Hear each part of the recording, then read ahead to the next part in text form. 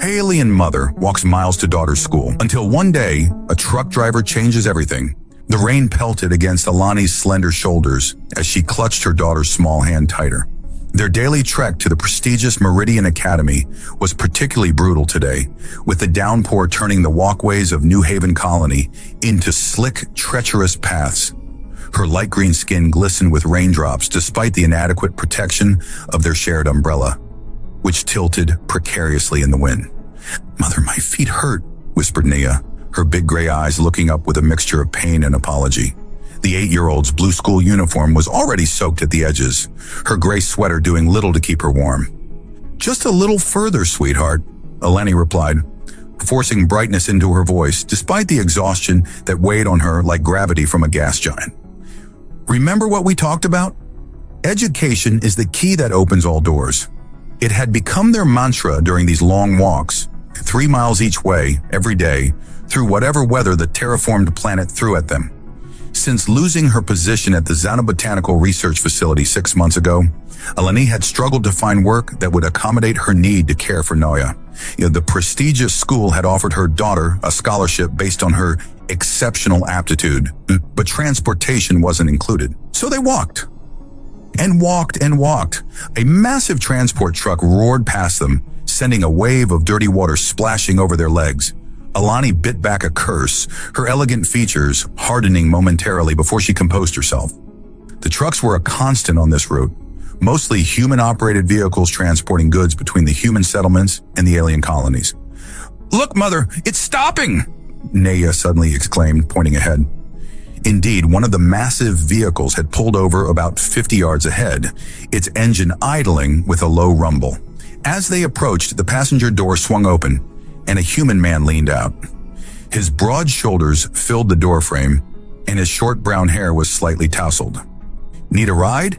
he called out, his deep voice carrying easily over the rain. His smile was warm, genuine, creating small crinkles at the corners of his eyes. Alani hesitated. Interactions between humans and Liriani weren't uncommon, but they weren't exactly encouraged either. Centuries of uneasy alliance had created a polite distance between their species. "We're fine, thank you," she replied automatically, her grip on Naya's hand tightening. The man's expression shifted to concern. "You're soaked through. Where are you headed?" Before Alani could respond, Naya piped up, "Meridian Academy, sir, on Stellaris Boulevard." The man's eyebrows shot up. "But that's on the other side of the city. Even driving, it takes half an hour." Something in his genuine shock made Alani's carefully constructed walls waver. How long had he been driving this route? Had he seen them walking before? "I'm Ryan," he continued, seemingly sensing her hesitation. "I drive this route every day. I've seen you two walking for weeks now. Please let me help. It's pouring, and your little one looks exhausted." Naya looked up at her mother with pleading eyes, her small shoulders shivering slightly. "I promise I'm not some weirdo," Ryan added with a self-deprecating laugh. "Just a guy who can't stand seeing you two drenched anymore." Alani weighed her options quickly. The rain was getting worse. Naya's feet were already blistered from yesterday's walk, and there was something in this human's eyes, a kindness that seemed genuine. "Thank you," she finally said, helping Naya climb up into the cabin before following herself. Good. The interior was surprisingly clean and warm. Ryan quickly adjusted the heat, directing the vents toward them. "I'm Alani, and this is my daughter Nia," she said, helping her daughter settle into the middle seat. "Nice to meet you both officially," Ryan replied, putting the truck in gear. "I've been wondering about you two for a while now." As the truck pulled away from the curb, Alani felt a strange mixture of relief and apprehension. She had no idea that this simple act, accepting a ride from a human truck driver on a rainy morning, would completely change the course of her life. Ryan navigated the truck smoothly through the morning traffic, occasionally glancing at his passengers with a friendly smile. "So, Meridian Academy, huh? That's a prestigious school." "Nessia received a scholarship," Alani explained, pride evident in her voice despite her reserved demeanor. Her aptitude tests were among the highest they'd seen from a Liriani child. "Mother," Naya protested with embarrassment, though her eyes shone at the compliment. Ryan chuckled. "Smart kid, huh? That's awesome. But why the daily marathon? Don't they have transport services?" Alani's posture stiffened slightly. "Those are additional costs." We manage fine." Understanding dawned in Ryan's eyes, but to his credit, he didn't push further. Instead, he changed the subject, pointing out interesting sights as they drove through the city's diverse districts. By the time they pulled up to the ornate gates of Meridian Academy, Naya was giggling at Ryan's terrible impression of a Centaurian opera singer. The rain had slowed to a drizzle, and the first of the twin suns was peeking through the clouds. "Thank you for the ride," Alani said formally as Naya gathered her school bag. "Anytime, son," Ryan replied, then hesitated before adding, "I mean that literally. I drive this route every morning around the same time. I'd be happy to give you both a lift." Alani opened her mouth to decline, but Nia spoke first. "Could we, Mother? Please?" Looking at her daughter's hopeful expression, Alani felt her resolve weaken. The daily walks were taking a toll on both of them, and this human seemed safe. "Perhaps." "Occasionally," she conceded. Ryan's face lit up with a smile. "Great. I'll look for you tomorrow. Same spot. Have a good day at school, Naya. Nice meeting you, Alani." As they watched the truck pull away, Naya looked up at her mother with a knowing smile. "I like him. He's nice." "He seems to be," Alani agreed cautiously. "Now, off to class with you. Learn something brilliant today." Watching her daughter skip through the school gates, Alani felt something shift inside her, a small, unexpected lightening of the burden she'd been carrying. Perhaps accepting help wasn't such a terrible thing after all. 2 weeks into their new arrangement, Alani found herself standing before her mirror, scrutinizing her appearance with unusual care. She smoothed the front of her gray dress, adjusting the metallic inserts that traced her slender form. Her fingers lingered at her collar, unfastening the top clasp to reveal just a hint more of her light green neck. "What are you doing?" she murmured to herself, quickly refastening it. This was ridiculous. She was simply accepting rides from a kind stranger. A human, no less. "Mother, Ryan's here," Naya called excitedly from the front window of their modest apartment.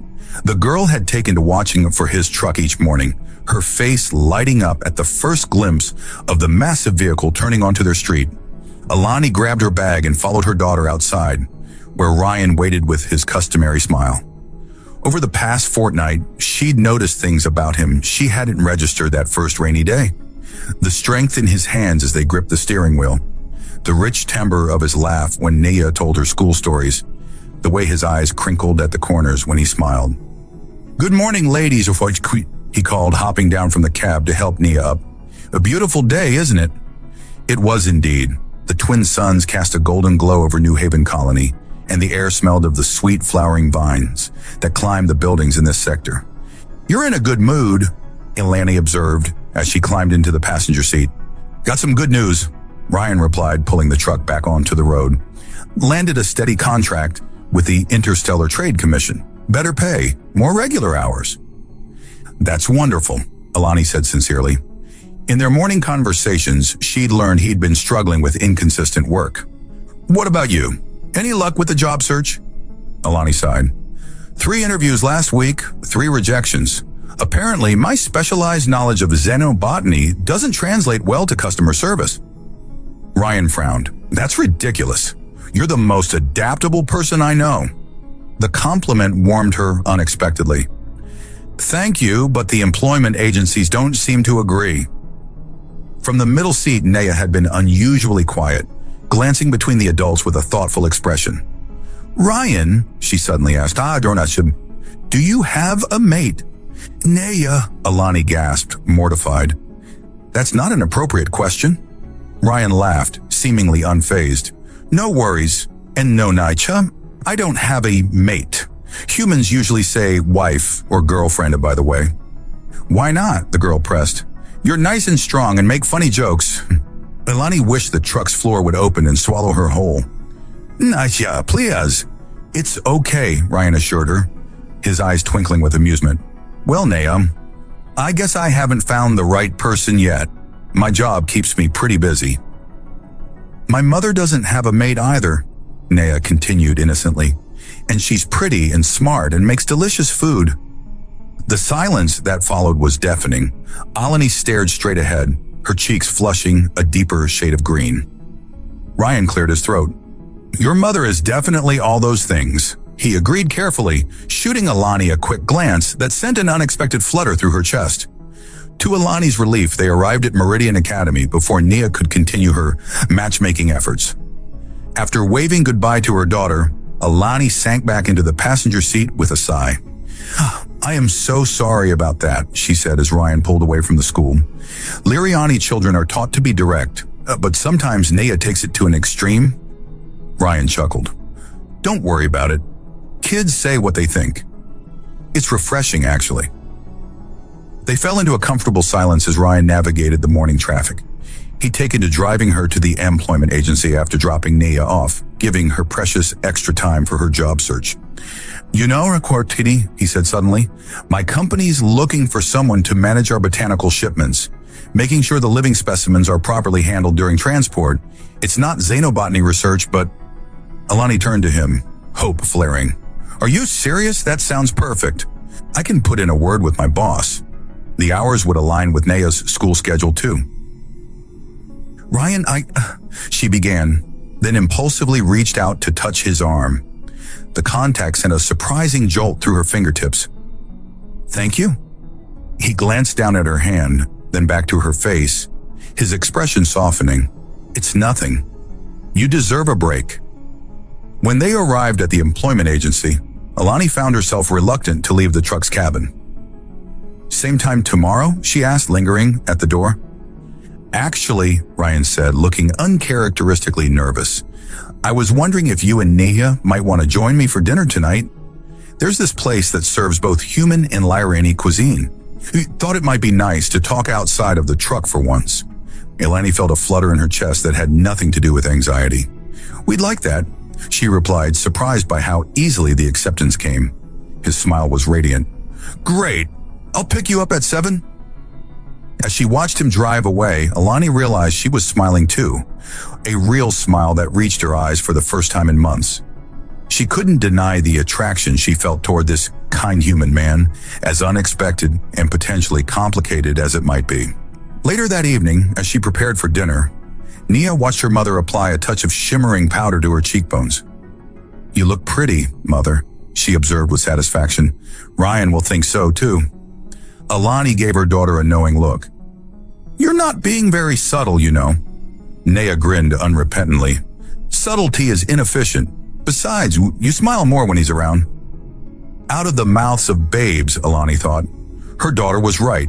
Ryan had brought something back into their lives that had been missing for too long. Hope, and perhaps the beginning of something even more precious. The restaurant Ryan had chosen was nestled in the cultural district of New Haven Colony, where the architecture seamlessly blended human and alien design elements. Soft bioluminescent plants provided ambient lighting, while earth-imported jazz played quietly in the background. It was the perfect neutral ground for their first real outing together. This place is beautiful, Alani said, admiring the living wall of intertwined Terran and Liriani flora. I've passed by but never been inside. I discovered it when I first arrived, Ryan explained, guiding them to a corner booth with a gentle hand at the small of Alani's back. The brief contact sent a pleasant warmth through her. They make an amazing fusion cuisine, earth spices with Liriani proteins. Trust me on this one. Nia bounced excitedly on the cushioned bench. Can I try the fizzy blue drink I see at that table? Ryan laughed. Stellar Fizz, absolutely. It's basically just fruit juice with carbonation. As they settled in, Alani noticed how effortlessly Ryan interacted with Nia, treating her questions with genuine interest rather than patronizing patience. It was refreshing to see a male, human or Liriani, who didn't view children as an inconvenience. Their server, a young Liriani male, approached with menus. His eyes widened slightly at the sight of Alani with a human, but his professionalism quickly reasserted itself. Welcome to Harmony, he said. Our special tonight is... Alani Varen? A cold voice interrupted.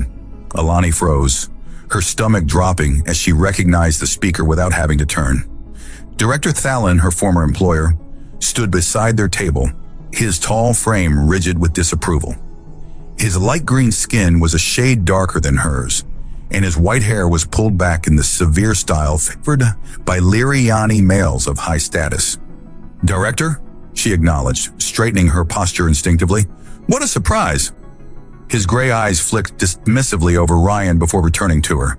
Indeed, I wasn't aware you had diversified your social circle. The contempt in his voice was unmistakable. Ryan tensed beside her, but maintained a neutral expression.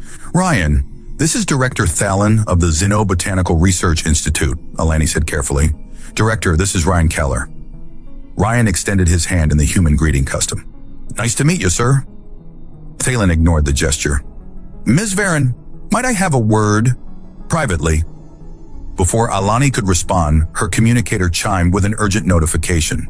She glanced down to see a message from the Galactic Research Consortium, an interview request for a senior xenobotanist position. Her heart raced. The GRC was the most prestigious research organization in the sector. Excuse me, she murmured, quickly scanning the details. The position was everything she could have hoped for, except for one detail. It was based on Proxima Station, 3 systems away.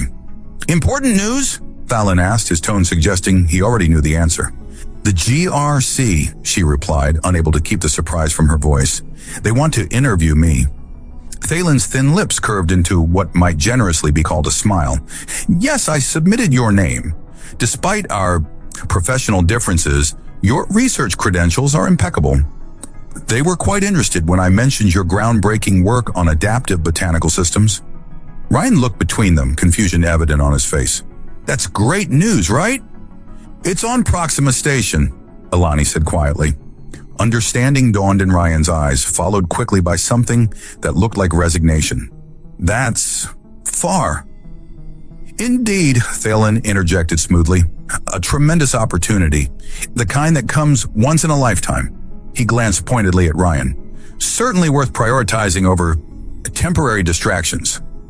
Ryan's jaw tightened, but he remained silent. I should return to my colleagues, Thalen continued. Do consider the offer carefully, Alani. The GRC doesn't extend second invitations. With a curt nod, he departed. An uncomfortable silence fell over their table. Neasa, who had been uncharacteristically quiet during the exchange, finally spoke up. I don't like him, she declared. He looks at you the way my teacher looks at wrong answers. Ryan laughed, breaking the tension. Smart kid, Alani sighed. Thalen is complicated. He was my mentor before he became my superior. When I rejected his advances, things became difficult. Is that why you lost your job? Ryan asked, his voice gentle but edged with anger. Officially, it was budget cuts, Alani replied. Unofficially, yes. Ryan's hand found hers on the table, his warm fingers entwining with her cooler ones. I'm sorry, that's not right. The simple touch and sincere words broke something inside her. A wall she hadn't realized she'd built. Tears threatened, but she blinked them away. The GRC position would be perfect, she admitted. But Proxima Station? Naya would have to change her schools, leave her friends, and we'd have to leave. She stopped herself. Me? Ryan finished softly. Their eyes met, and the attraction that had been simmering between them suddenly felt overwhelming.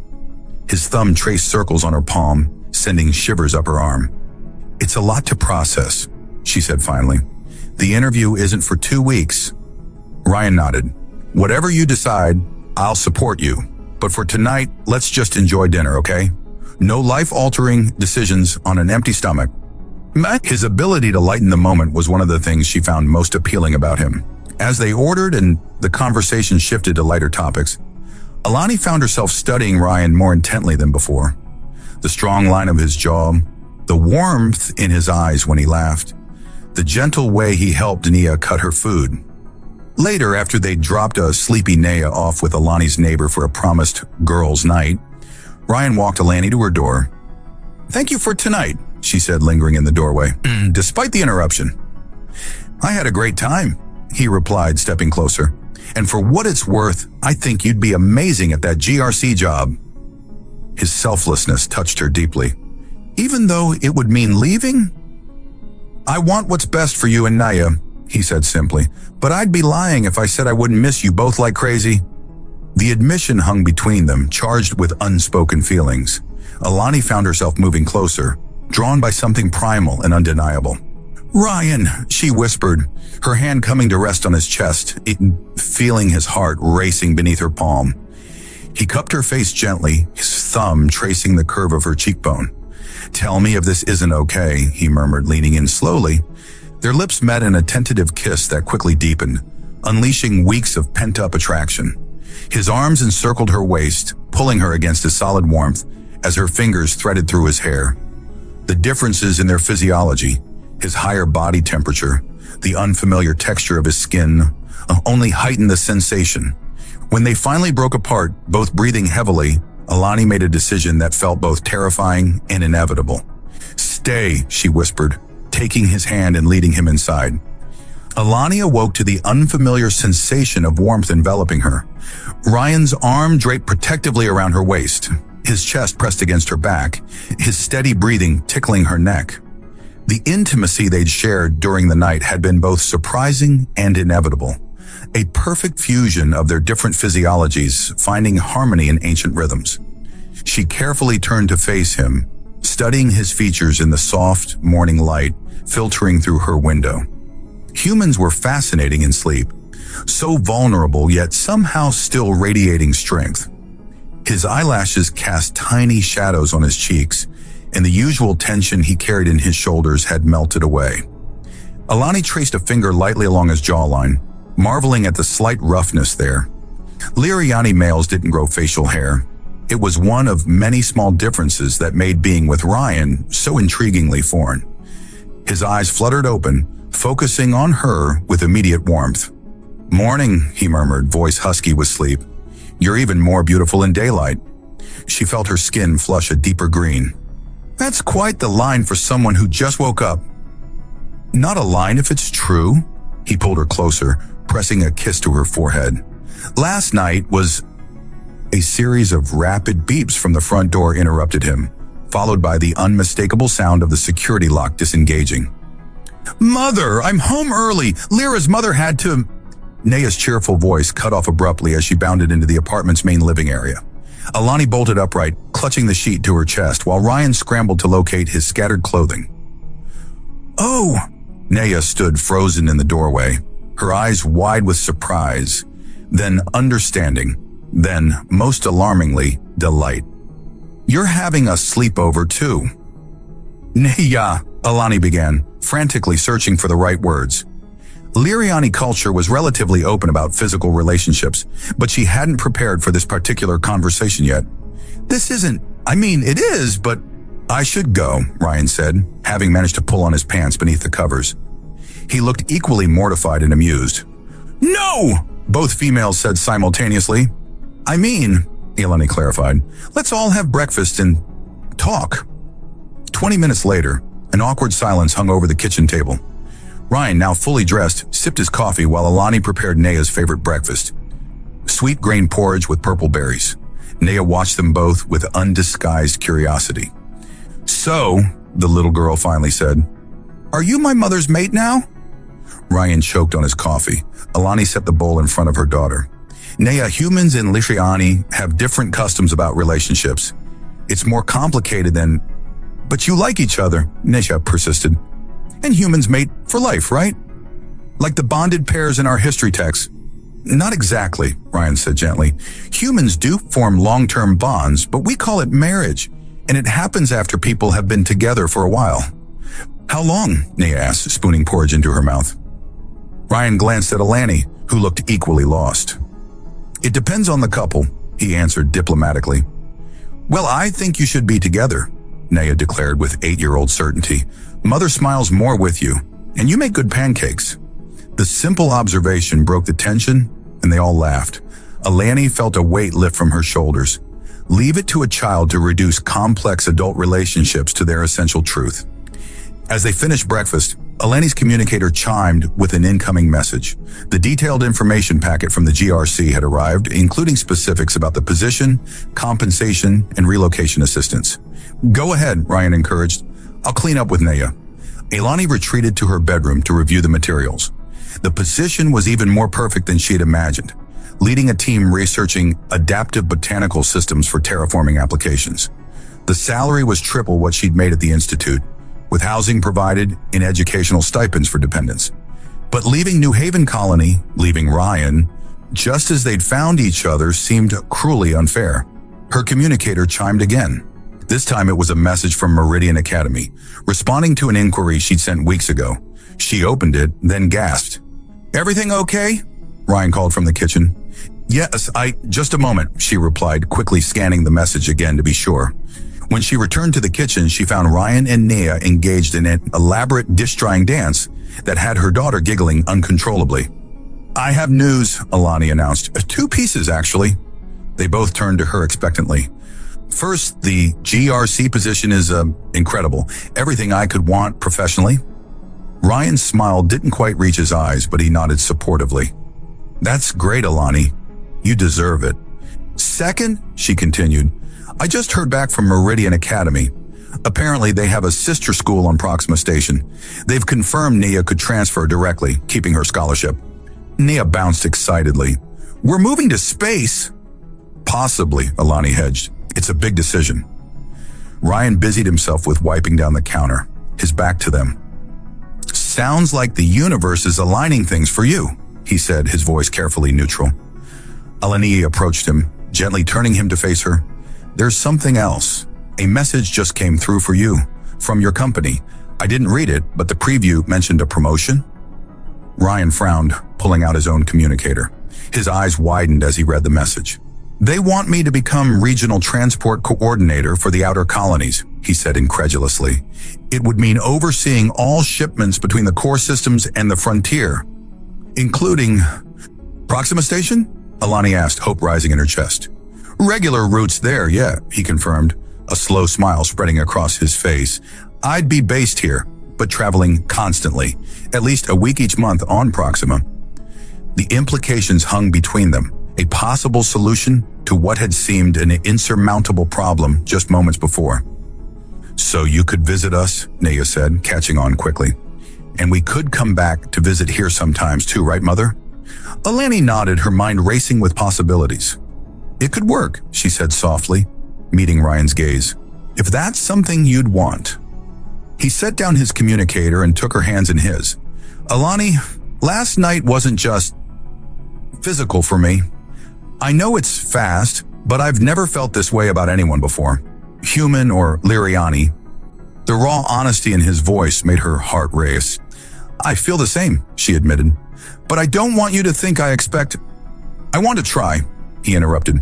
"The distance, the travel, all of it. You and Naya are worth it." Nika, watching this exchange with satisfaction, climbed onto a kitchen chair to reach their eye level. "See? I told you humans make good mates." Ryan laughed, pulling both Alani and Nia into a group hug. "Oh, you're a very wise kid, you know that." As Alani leaned into his embrace, she marveled at how quickly this human had become essential to their lives. From offering a simple ride on a rainy day to becoming the center of their future plans, Ryan had changed everything just by being kind when they needed it most. "So," he murmured against her hair, "what's our next step?" The week following their morning revelations passed in a whirlwind of preparation. Alani immersed herself in research for her upcoming GRC interview, while Ryan dove into his new responsibilities as regional transport coordinator. Despite their busy schedules, they found time each evening to be together, sometimes with Nia for family dinners, sometimes alone after she'd gone to bed, exploring the fascinating differences between their species with passionate curiosity. "You're distracted," Ryan murmured against Alani's neck one evening as they cuddled on her couch, a half-watched hollow film playing in the background. His fingers traced lazy patterns along her arm, leaving trails of pleasant warmth on her cooler skin. She acknowledged, turning to face him. "Just thinking about the interview. It's in 3 days." "You're going to be amazing," he assured her, tucking a strand of white hair behind her ear. "They'd be fools not to hire you." Alani smiled, but worry still clouded her eyes. "I received a strange message today. The GRC wants additional verification of my research credentials. It's unusual this late in the process." Ryan frowned. "That does seem odd. Did they say why?" "No, just that they'd received conflicting information about my work at the Institute." She sighed, nestling closer to his warmth. I suspect Thalen's influence. That pompous, Ryan caught himself.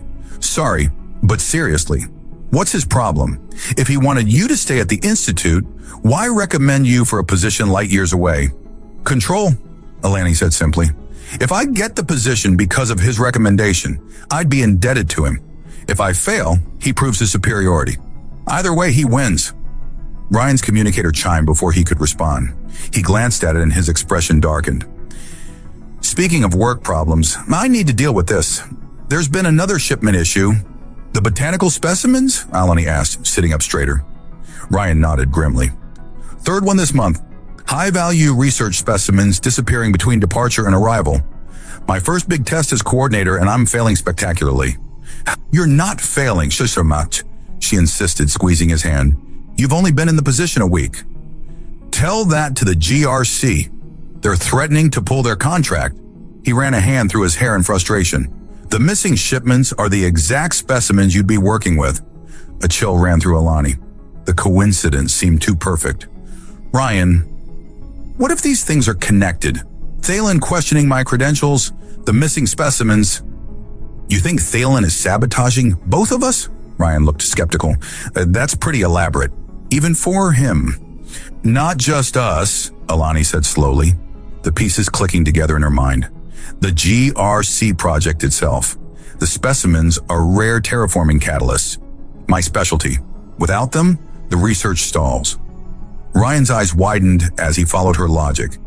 And if the GRC can't get reliable transport for their materials, they might relocate the project entirely, Alani finished, possibly back to the Institute under Thalen's supervision.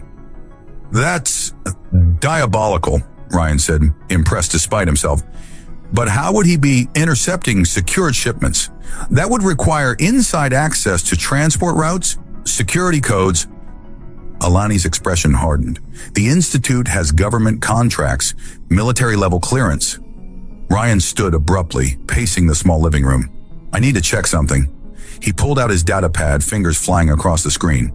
Every missing shipment was rerouted through Outpost 47 for standard inspection, a station that's not even on the normal route. And let me guess, Outpost 47 falls under Institute jurisdiction? Ryan nodded grimly. We need proof. If Thelen is manipulating both transport routes and your credentials, we can expose him. But how? Alani asked. The interview is in 3 days, and the next shipment isn't scheduled until next week. A slow, determined smile spread across Ryan's face. Actually, according to the manifest I just accessed, there's an emergency supplemental shipment leaving tomorrow. High-priority specimens to replace the missing ones. And you think Thalen will try to intercept it? I'm counting on it, Ryan replied, his eyes gleaming with the challenge. But this time, we'll be ready. The next morning found them in Ryan's office at the transport hub, reviewing security footage of previous shipments. Naya had been dropped at school with strict instructions to go to her friend Lyra's home afterward. There, Alani said, pointing to a grainy figure on the screen. That's Marin, Thalen's assistant. He's accessing the cargo hold at Outpost 47. Ryan enhanced the image. Good eye, and look at the timestamp. This is during the inspection period. He's not even trying to be subtle. Thalen never thought anyone would connect the dots, Alani said. He's always been arrogant. Ryan's communicator chimed with an alert. The supplemental shipment just left the GRC facility. We have about 4 hours before it reaches the point where previous shipments were diverted. What's the plan? Alani asked, her scientific mind already calculating variables. Ryan grinned, the expression transforming his face with boyish excitement. How do you feel about a little field trip? I've authorized myself to accompany this shipment for enhanced security protocols. You want us to catch them in the act, Alani realized. Exactly. But I need you with me. You can identify the specimens and verify if they've been tampered with. He took her hands, his expression turning serious. It could be dangerous, though. If Thalen realizes we're onto him. Alani squeezed his hands. I'm not afraid of Thalen. Not anymore. The intensity in her eyes stirred something primal in Ryan. Without thinking, he pulled her to him, capturing her mouth in a fierce kiss that left them both breathless. "What was that for?" she asked when they finally broke apart. "For being the most remarkable woman I've ever met," he replied simply. "Human or alien?" She smiled, tracing his jawline with her finger. "You humans and your impulsiveness. It's quite stimulating." "We can be very stimulating," he agreed, his voice dropping to a husky whisper as he leaned in for another kiss. The communicator chimed again, breaking the moment. Ryan sighed, reluctantly pulling away. "Duty calls. The transport shuttle leaves in 30 minutes." As they prepared to depart, Alani felt a curious mixture of anxiety and exhilaration. Just weeks ago, she had been walking miles in the rain, her world shrinking to the narrow path between home and Nea's school. Now she was about to confront her former mentor and potentially secure her dream job, all because a kind human had stopped his truck on a rainy day. Whatever happened next, she knew with absolute certainty that her life had changed irrevocably the moment Ryan entered it, and she wouldn't have it any other way. The transport shuttle hummed quietly as it cut through the upper atmosphere of New Haven Colony. Through the viewport, Alani watched the curve of the planet fall away, revealing the vast expanse of space dotted with the gleaming structures of orbital stations. Outpost 47 was visible in the distance, an unremarkable hexagonal structure that belied its apparent importance in Thalen's scheme. "Nervous?" Ryan asked, his hand finding hers in the dim light of the passenger compartment. "Oddly, no," Alani replied, surprised by her own calm. "I spent years intimidated by Thalen, letting him dictate the course of my career. It feels liberating to finally confront him." Ryan squeezed her hand. "Just remember, we're only here to gather evidence. No heroics." She smiled at his protective tone. "Says the man who literally changed his transport company's security protocols to catch a botanical smuggler." "That's different," he protested with a grin. "That's just me being thorough." The pilot's voice crackled over the comm system. "Approaching Outpost 47, docking in 5 minutes." Ryan's expression turned serious. "Remember the plan. We stay with the shipment during the inspection. You verify the specimens while I monitor who accesses the cargo. If Thalen or his people try anything, we document it and alert station security." Alani nodded, mentally reviewing the rare specimens being transported.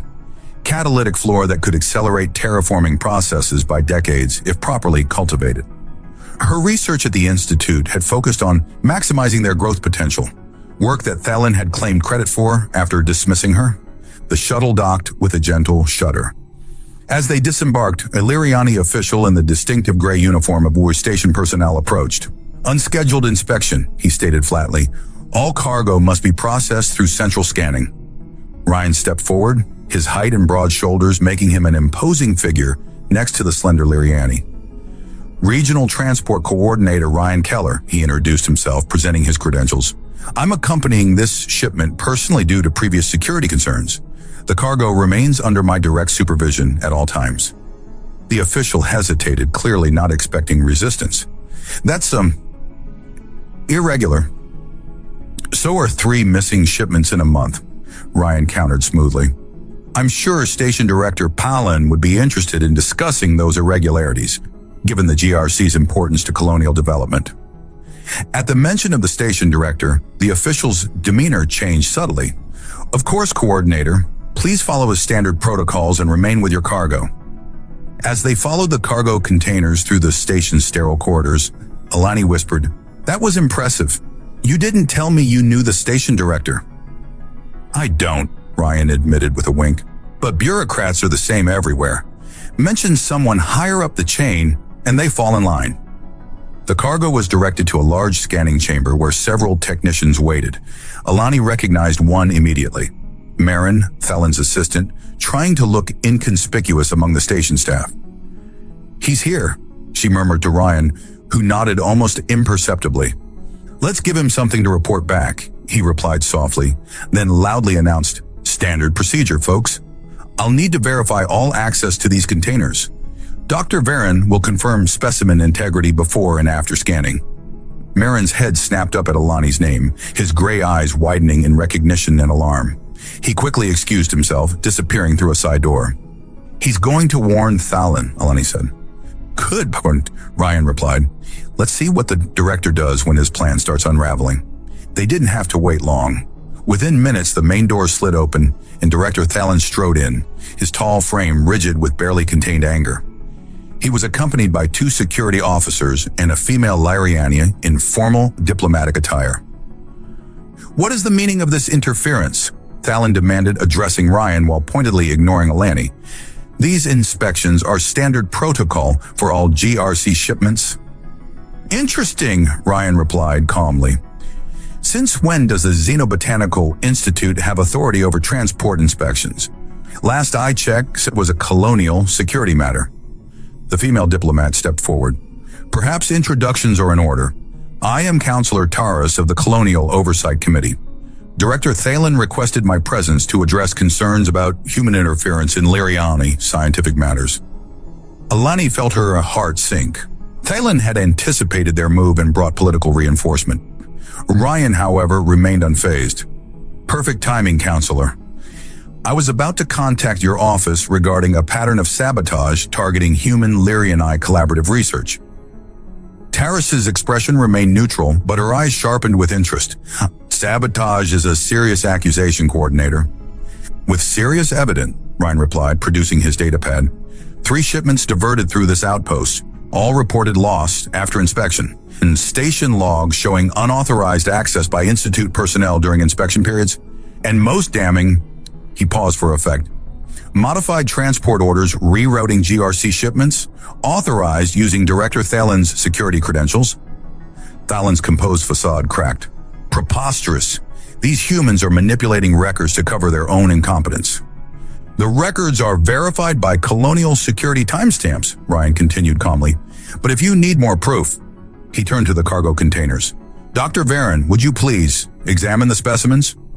Alani stepped forward, keenly aware of all eyes on her as she opened the first container. Inside were the delicate, luminescent plants she'd spent years studying, rare catalysts essential for terraforming. She carefully examined them, then moved to the scanning equipment. "These specimens have been tagged with molecular trackers," she announced, showing the readings on the scanner. "Invisible to standard equipment, but detectable with specialized Institute technology." She looked directly at Thalen. "Technology only you would have access to, Director." Thalen's face contorted with rage. "You dare accuse me? A human's pet making claims against a senior Liriani official?" "That's enough, Director," Counselor Taurus interjected sharply. "These accusations warrant investigation." She turned to the security officers. "Secure these specimens and all station records. No one leaves until Colonial Security arrives." As the situation rapidly spiraled out of Thalen's control, he lunged toward the nearest control panel. "If I can't have the research, no one will." Ryan reacted with stunning speed, tackling Thalen before he could reach the controls. They crashed to the floor, the human's superior strength easily subduing the struggling Liriani. Station alarms began blaring. Thalen had managed to trigger some kind of emergency protocol. "He's initiated decompression," one of the technicians shouted, frantically working at a console. "The cargo base seals are failing." Alani rushed to the console, her fingers flying over the controls. "He's locked out the override with an Institute encryption key." Ryan, still restraining Thalen, looked up at her with absolute confidence. "You can break it. You know his research better than anyone." Drawing on years of working with Thalen's systems, Alani attacked the encryption. The room's air began to thin as pressure dropped. The security officers helped evacuate the technicians, while Taurus watched Alani work with growing concern. 30 seconds to critical decompression, the automated system announced. "Almost there," Alani muttered, sweat beading on her green forehead despite the dropping temperature. With a final command sequence, the console chimed acceptance. "Got it!" The alarm silenced as emergency systems re-engaged. Collective sighs of relief filled the room as pressure normalized. Counselor Taurus looked between the calm human still restraining Thalen and the composed Liriani woman who had just saved them all. "Impressive teamwork," she observed. "Perhaps there's something to this human-Liriani collaboration after all." As security officers took Thalen into custody, he spat venomous words at Alani. "You think this is over? You're betraying your own kind for this human. The Purity Coalition won't stand for it." "Purity Coalition?" Taurus's voice was sharp with recognition. "Director, you've just implicated yourself in something far worse than specimen theft." Ryan moved to Alani's side, his arm protectively around her shoulders. What's the Purity Coalition? A xenophobic extremist group, Terrace explained grimly. They oppose integration between species, particularly human-Liriani relations. We've been tracking their activities for months but hadn't identified their leadership. Until now, Alani said, looking at her former mentor with new understanding, it wasn't just about the research or me rejecting him. He truly believes humans are a threat to Liriani purity. As Thalon was led away, still hurling threats and accusations, Ryan pulled Alani closer. Are you okay? She nodded, leaning into his warmth. Better than okay. For the first time in years, I feel I'm free. Counselor Terrace approached them, her expression thoughtful. Dr. Varen, the GRC will be very interested to hear about your role today, as will Colonial Security. She glanced at Ryan with newfound respect. You humans continue to surprise us with your resourcefulness and loyalty. After Terrace departed to coordinate with arriving security forces, Ryan and Alani found themselves alone in a quiet observation area overlooking the stars. Some date this turned out to be, Ryan joked, pulling her into his arms. Next time, I'm thinking dinner and dancing instead of foiling interstellar conspiracies. Alani laughed, the sound light and carefree. I don't know, there's something to be said for adrenaline and heroics. She traced the strong line of his jaw. You were magnificent, you know. Thalon never stood a chance. We were magnificent, he corrected, his eyes darkening as he gazed down at her. We make a pretty good team. The best, she agreed, rising on tiptoes to press her lips to his in a kiss that promised much more when they returned home. As the stars wheeled slowly beyond the viewport, Alani marveled at how completely her life had transformed in just a few short weeks. All because a kind human couldn't bear to see her walking in the rain. 3 months after the dramatic events at Outpost 47, Alani stood on the observation deck of Proxima Station, watching the approaching transport ship with anticipation. The massive vessel grew larger in the viewport, its running lights blinking steadily against the backdrop of stars. Is that Daddy Ryan's ship? Naya asked, practically bouncing with excitement beside her. The girl had taken to calling Ryan Daddy Ryan shortly after they'd moved to the station, a development that had initially flustered both adults, but now felt wonderfully right. Yes, sweetheart, right on schedule. Alani smoothed her daughter's white hair, noting how much more confident and happy Naya had become since their relocation. The sister school of Meridian Academy had welcomed her warmly, and her natural intelligence had quickly earned her new friends. Life on Proxima Station had exceeded Alani's expectations. As the new lead researcher for the GRC's Adaptive Botanical Systems Division, she finally had the resources and recognition her work deserved. The exposure of Thalon's conspiracy had sent shockwaves through the scientific community, elevating the importance of her research and cementing human Liriani's scientific collaboration as essential to colonial development. The only shadow on their new life was the distance from Ryan. True to his word, he visited regularly, 1 week each month, his transport duties bringing him to Proxima like clockwork. The reunions were passionate and joyful, the partings increasingly difficult. There he is, Naya cried as passengers began disembarking through the docking tube. Ryan's tall figure was instantly recognizable among the crowd. He spotted them immediately, his face lighting up with that smile that still made Alani's heart race. He jogged the last few meters, sweeping Naya into his arms for a spin that made her giggle wildly before setting her down and pulling Alani into a deep kiss that left her breathless. I missed you, he murmured against her lips. Both of you. We missed you too, she replied, reluctant to break their embrace. Especially the last 2 nights. The bed feels too cold without you. His eyes darkened with desire. I'll have to warm it up properly tonight. Yeah, ooh, grown-up talk, Nia declared with the worldly wisdom of an 8-year-old, making them both laugh. Later, after Nia had been tucked into bed with promises of a special family outing the next day, Ryan and Alani retreated to the living area of their station apartment. The large viewport offered a spectacular view of the nearby nebula, its swirling blues and purples casting ethereal light across the room. Wine? Alani offered, retrieving a bottle of the human beverage she'd developed a taste for. Actually, I have something better, Ryan produced a small flask of amber liquid from his bag. Genuine earth-distilled whiskey, impossible to get out here. Special occasion, she asked, raising an eyebrow as he poured 2 small measures. You could say that. His smile was enigmatic as he handed her a glass. To us. They clinked glasses and sipped. The liquor burned pleasantly down Alani's throat, warming her from the inside. I have news, they both said simultaneously, then laughed. Ladies first, Ryan insisted, taking her hand. Alani took a deep breath. The GRC has approved my proposal for a New Haven colony research outpost.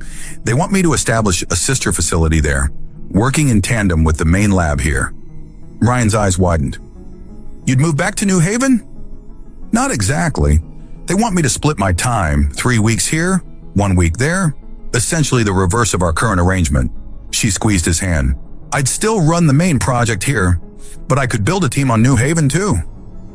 That's incredible, Ryan said, his expression a mixture of happiness and something else she couldn't quite read. But what about Nea's schooling? That's the best part. Meridian Academy is thrilled to have her back part-time. They're implementing a new exchange program between the schools. She'd be the first student to participate. Alani leaned forward eagerly. It's perfect, Ryan. We'd have a home here and there, together. Instead of the excitement she expected, Ryan looked thoughtful. Funny how the universe works, he said, reaching into his pocket. Because my news might change things even more. He handed her a data chip. Curious, Alani inserted it into her pad and scanned the contents. Her eyes grew wide as she read. The Colonial Oversight Committee wants you as their human Lyriani integration coordinator? She gasped. Based here on Proxima? Ryan nodded, a slow smile spreading across his face. Counselor Terrace recommended me personally. After everything with Thalon and the Purity Coalition, they want to strengthen positive relationships between our species. Apparently, a human who tackles corrupt officials to protect Lyriani research makes a good poster boy. But your transport company would become a subsidiary contractor. I'd oversee operations but wouldn't need to make the constant runs myself. His eyes locked with hers, intense and hopeful. I could be here, with you and Nehia, permanently. The implications washed over Alani like a warm wave. No more painful goodbyes, no more counting days until reunion, a real family together. So much for my brilliant plan, she laughed, tears of joy threatening. Hey, your plan was perfect too, Ryan assured her, pulling her onto his lap. And maybe we still implement parts of it. Having a home on New Haven and here gives us options. Options are good, she agreed, threading her fingers through his hair.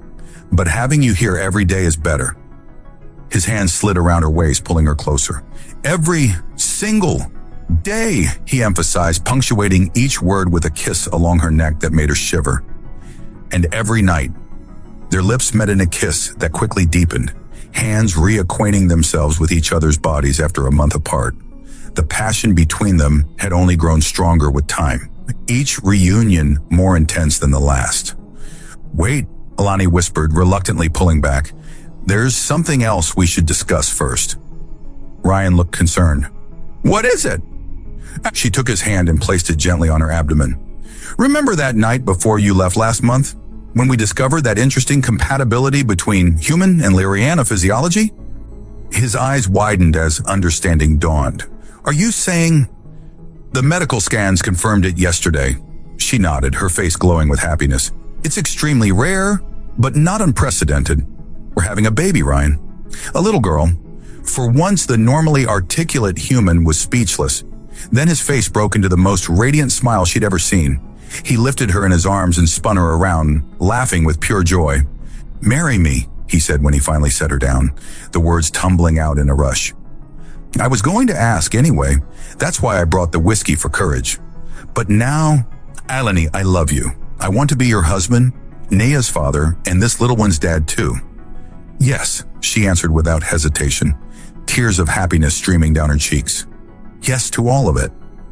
As they sealed their promise with a kiss, Alani marveled at the journey that had brought them here. From those exhausting walks in the rain to this moment of perfect joy, all because a kind-hearted human couldn't bear to see a mother and child struggling. The next morning, they broke the news to Naya over breakfast.